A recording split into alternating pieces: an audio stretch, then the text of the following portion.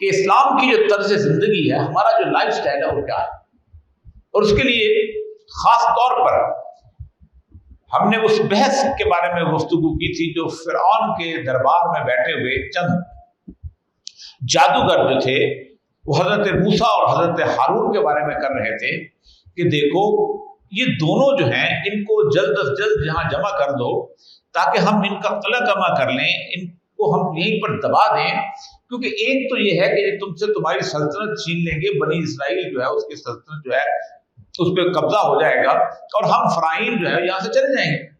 اب فرعون کا جہاں تک تعلق ہے، فرعون مصر جو ہے وہ صرف وہی حکمران نہیں رہے، حضرت یوسف علیہ السلام کے زمانے میں ان کی بادشاہ بالکل ختم ہو گئی تھی، وہاں چرواہے حکمران ہوا کرتے تھے، تو اس کا تو ہمیں کوئی فرق نہیں پڑتا۔ آج یہ فرعون آ گیا ہے، کل کوئی اور آ جائیں گے، مصر پہ رومنس کی حکومت آ جائے گی، ہمیں کوئی فرق نہیں پڑتا، کیونکہ ہمارے اوپر بادشاہ والے ہمارے بنیادی طور پہ طریقتکم المثلی ہمارا لائف سٹائل تبدیل نہیں کریں گے۔ جمہوریت کی جو ساری کی ساری بنیاد ہے آج کے دور میں، اسی لیے میں نے شروع کے لیکچر میں طاغوت کے بارے میں گفتگو کی تھی کہ طاغوت کہتے ہیں طغا کو، طغا کہتے ہیں سرکشی کو، سرکشی کہتے ہیں بغاوت کو، سرکشی کہتے ہیں انکار کو اس طرح کا کہ کسی چیز کا حکم نہ ماننا، بیٹے کے سامنے باپ آ کے کھوٹ کے کھڑا ہو جائے، نہیں مانتا ہوں تمہارے بات، جاؤ تم جو مرضی میرا کر لو۔ بادشاہ کے سامنے ایک اور شخص کھڑا ہو جائے، وہ کہتا ہے کہ نہیں ہم تمہاری اپوزیشن ہے، ہم تمہیں دیکھ لیں گے۔ کوئی مزدور کھڑا ہو گیا ایک مالک کے سامنے، میں نہیں مانتا، کوئی غلام کھڑا ہو گیا آقا کے سامنے۔ تو طاغوت، سب کا طاغوت جو ہے وہ سرکشی کی علامت ہے، وہ کوئی بت نہیں ہے، وہ کوئی اصنام میں سے نہیں ہے، وہ کوئی اس طرح کی چیز نہیں ہے کہ جس کے سامنے کوئی پیر، کوئی ہاتھی، کوئی اس کے ساتھ کوئی چیز نہیں ہے، وہ شخص ہے کہ جو اس جگہ پر کھڑے ہو کے حکم کا انکار کرتا ہے، اور سرکشی کا مقام یہ ہے کہ دوسروں کو اس حکم پہ عمل کرنے سے روکتا ہے، اس کو کہتے ہیں طاغوت۔ اسی لیے اللہ تبارک و تعالیٰ نے ہدایت کے لیے سب سے پہلی شرط رکھی ہے کہ قد تبین الرشد من الغی لا اکراہ فی الدین، صاف کھل کے کہہ دیا دین میں کوئی جبر نہیں ہے، میرا شکر کرو میرا انکار کر دو، ہم نے تمہیں ہدایت دی، ہم نے تمہیں پیغمبروں سے اما شاکرا و اما کفورا،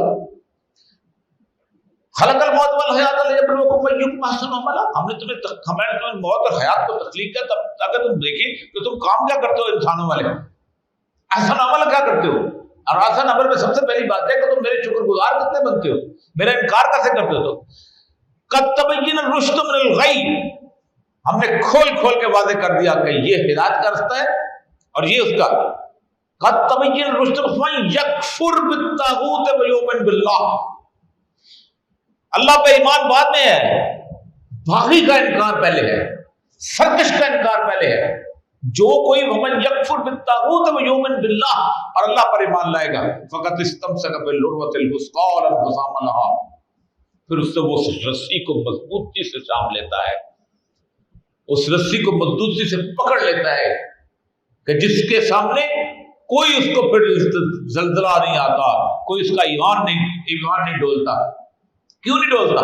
اس کے دل سے طاغوت نکل چکا ہوتا ہے، اس کے دل سے سرکش نکل چکا ہوتا ہے، اس کے سامنے کسی بڑے کی حیثیت نہیں ہوتی جو اللہ کا انکار کرتا ہے، خواہ اس کا باپ ہو، خواہ اس کا بھائی ہو، خواہ اس کا رشتہ دار ہو، خواہ اس کا باس ہو، خواہ اس کا حاکم۔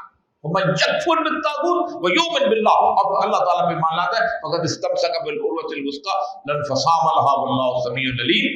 آگے اللہ پھر نعمت دیتا ہے، اللہ کہتا ہے اللہ ولی الذین آمنوا، اللہ مومنوں کا ولی ہے۔